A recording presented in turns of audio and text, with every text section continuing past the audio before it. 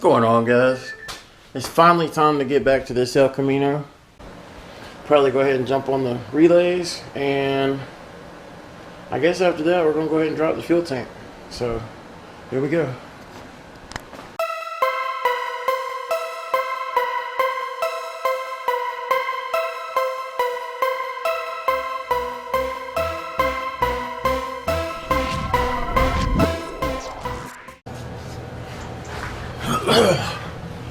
Man, I love working on these older cars. I'm like 5 minutes in. Got these 2 bolts out of the straps. Straps are hanging back. Got my Harbor Freight transmission lift. This is one of the coolest things that I own. I think it was like $79 or something. And seriously, like, if you guys do any kind of serious automotive work, buy one. This is seriously just an awesome tool. It goes a good bit higher than that even, but this is probably at least 24 inches. But I'll be able to lower this gas tank down and roll it out from under the car on this lift. It's pretty sweet. You can see where I had the other fuel pump mounted, and of course you can see the springs and the shocks and aftermarket suspension and exhaust back there, which we'll probably get to that a little later. But yeah, I figured y'all might want to see this lift and how I was dropping this tank down. It's a pretty sweet setup, and all I got to do, you're not really supposed to, but I've always used my impact on there. I've got it turned all the way down, and going down is extremely sensitive.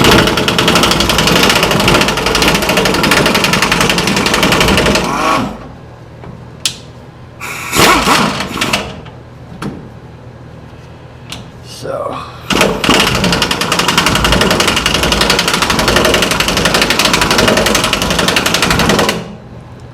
I'll have to see if I can get where I can find the wires. There's a couple of wires I gotta get off. That's the fuel sender. Which I didn't remember that being unplugged, but I guess it is. That's pretty sweet. So, and then this is the ground over here. So I'll get that off right quick. And I gotta unhook the 2 fuel lines and she'll be out. Not bad at all.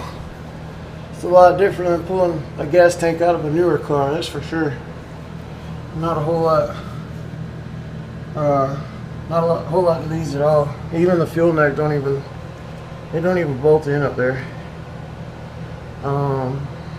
You know, it's just kind of sitting up in there, which is pretty sweet. And here it is. See if I can slide it out with one hand. These straps.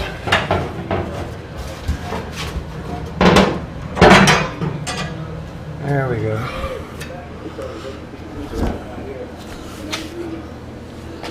See how freaking sweet this little lift is, man. Look at that. It's just chilling under there.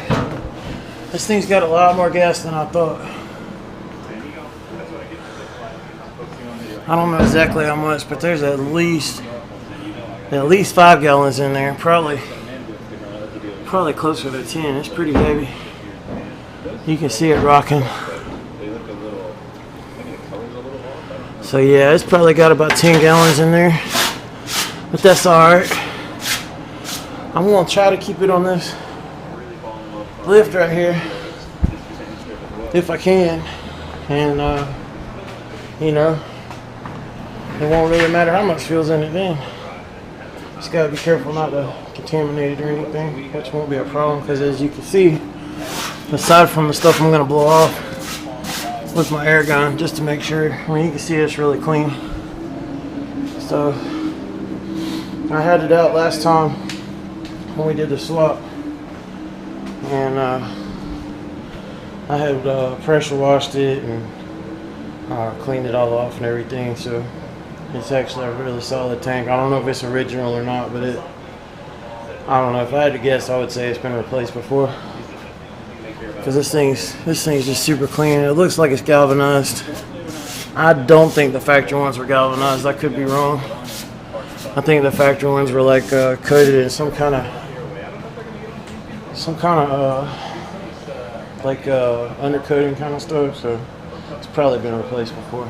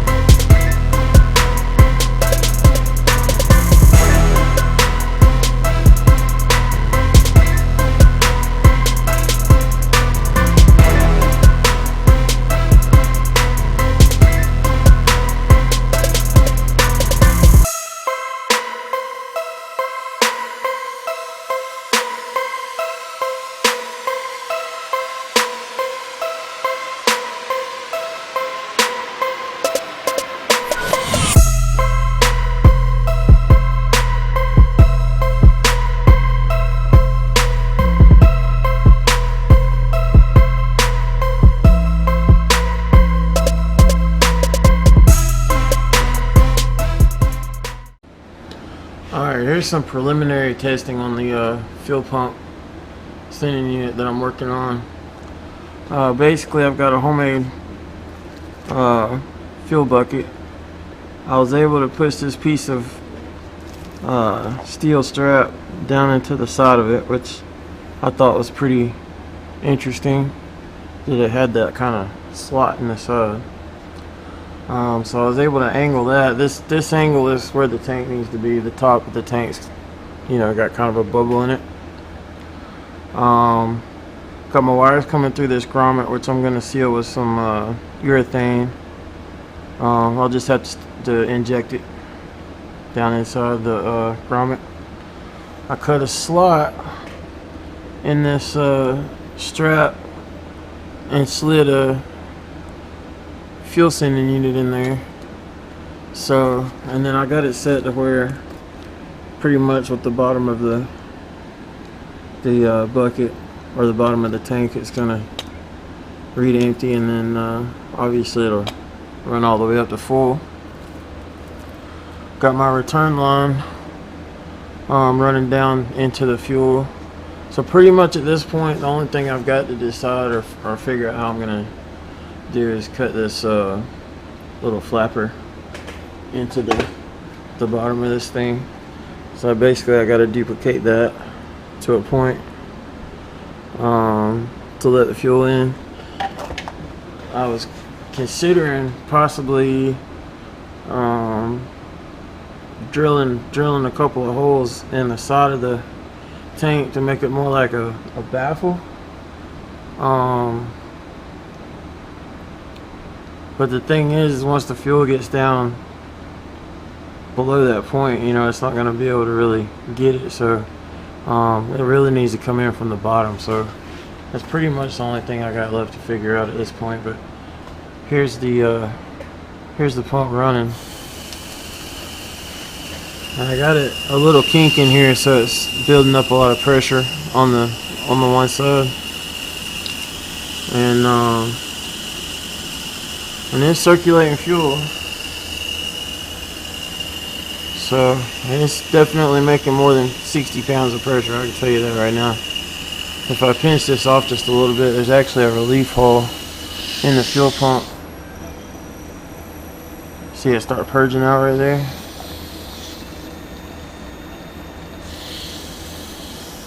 But anyway, she's definitely making some steam. So once I completely figure out what I'm gonna do, all I've got to do is tack weld this bracket that holds the bucket. That's why it's kind of loose right now. I'm just gonna put a tack weld right here to hold the bracket, and this return line, all there was a little nub sticking through. So basically what I did is I found this fitting, and I had to press it on there, but just as added security, I'm gonna tack weld this nut in place to make sure it doesn't go anywhere. And obviously that's gonna get clamped, and that's pretty much it. Here's the valve on the bottom, and that little flap is out of a factory fuel bucket. When it's submerged in fuel, you can see it fills up. And basically what that does is when the fuel is sloshing around, it collects the fuel and kind of keeps it in a bowl. And then you know, if the fuel sloshes around, it keeps it inside. So that seems to work pretty good.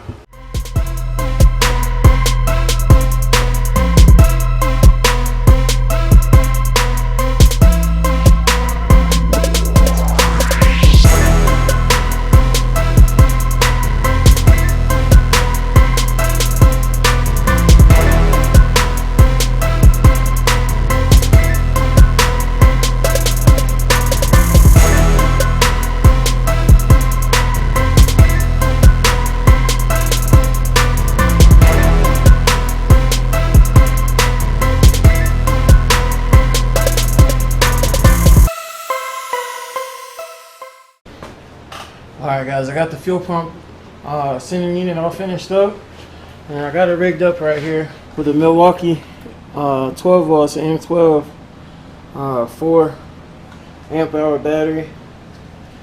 And keep in mind that the fuel level in the tank is actually below the top of that bowl that I made.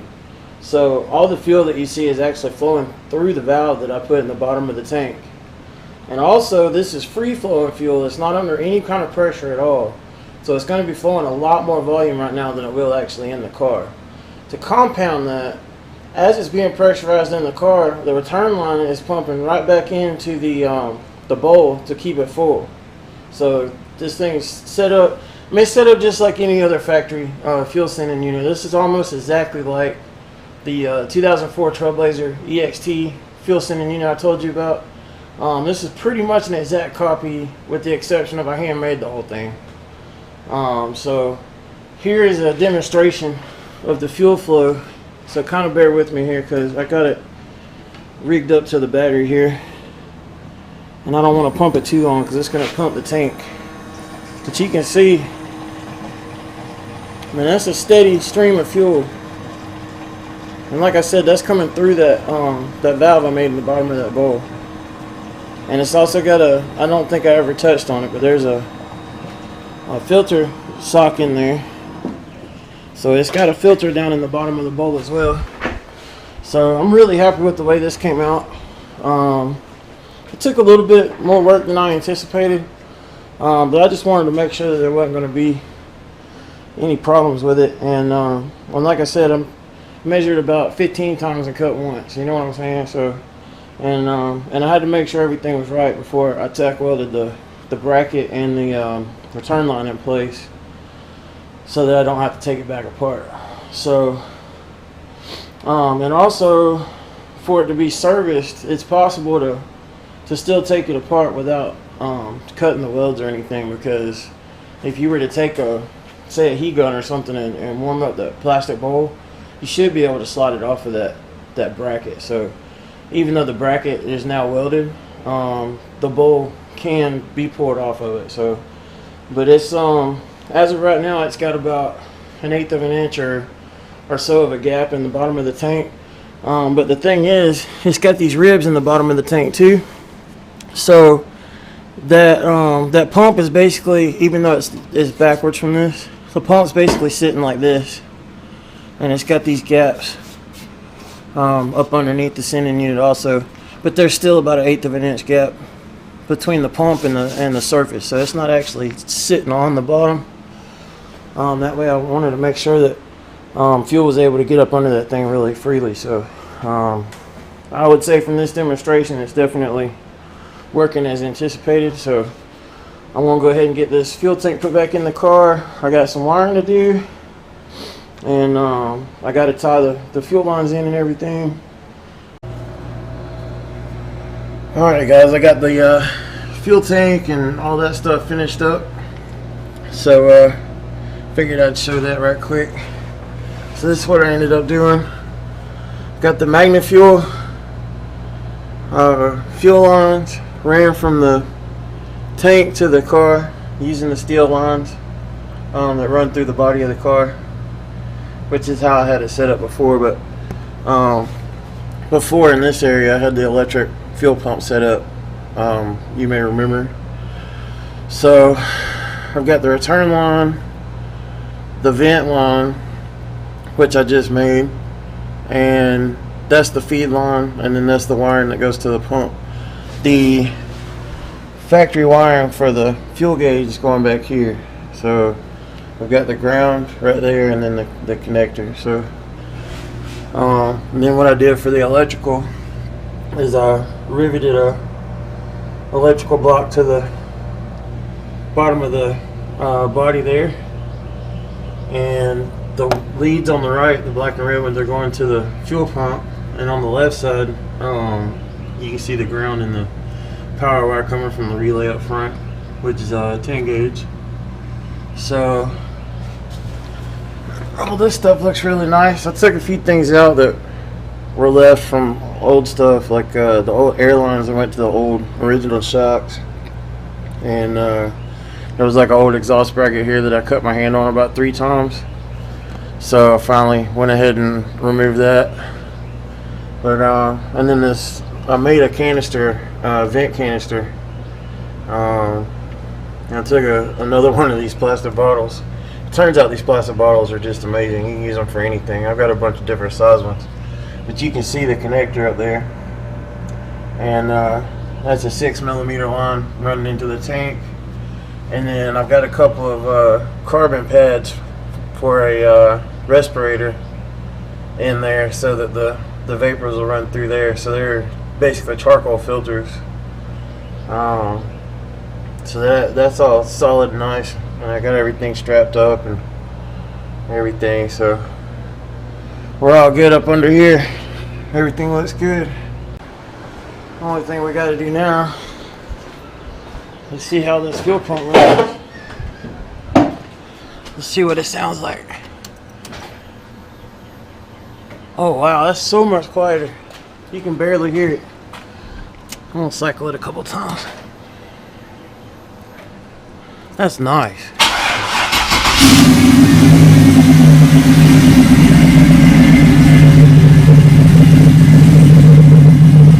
Check release. Oh, that's awesome. I mean, it's not like I was expecting a leak, but you know, you gotta check, right? It's so much quieter. That inline pump was very loud. You can't even hear that pump run. You could hear that inline pump even when you were just driving around, like inside the car driving down the road. You could hear that pump. So that's pretty awesome. So anyway, gonna end this off here. Hope you guys enjoyed the video, and if you like what you see, please consider subscribing, hit that notification bell. See you next time.